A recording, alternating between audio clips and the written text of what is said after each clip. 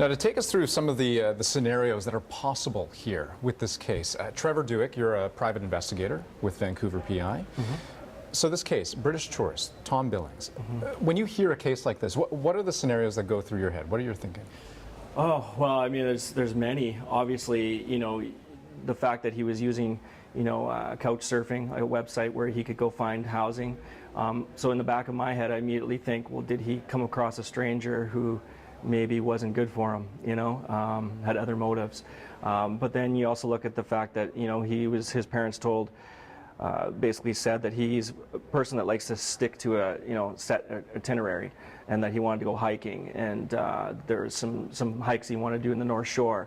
And so you got to think, well, did he get lost? What a lot of people are believing. I know they combed that whole area.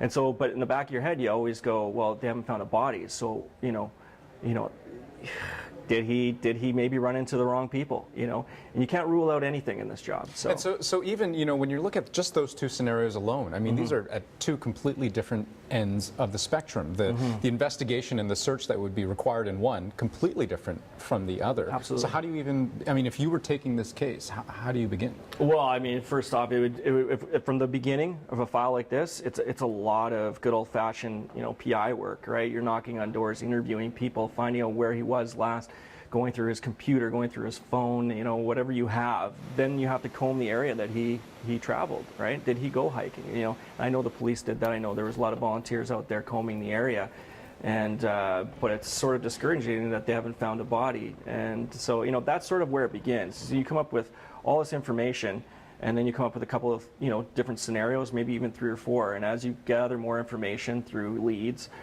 tips, then you're sort of slowly narrowing it down. Why the appeal a year later? Sometimes the police have a couple of other hunches, and they want to, you know, maybe get a little bit more information. They don't want to put it out there what they think. They want to get more tips, see if they can kind of connect things. Other times, like I said, it's the family. They want closure, and they have some more pictures, and see if maybe people want to come forward. These cases where a person has been missing for a year, how often does it happen that the case is resolved? It's very rare that these things will get solved a year later. It's unfortunate.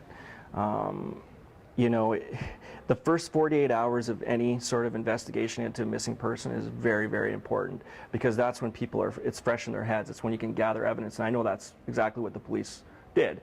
You know, a year later, though, now you're kind of hoping that maybe somebody, you know, sees his picture and go, oh yeah, you know what, I did see him, you know. But that first 48 hours is very, very crucial. A year later, it's tough.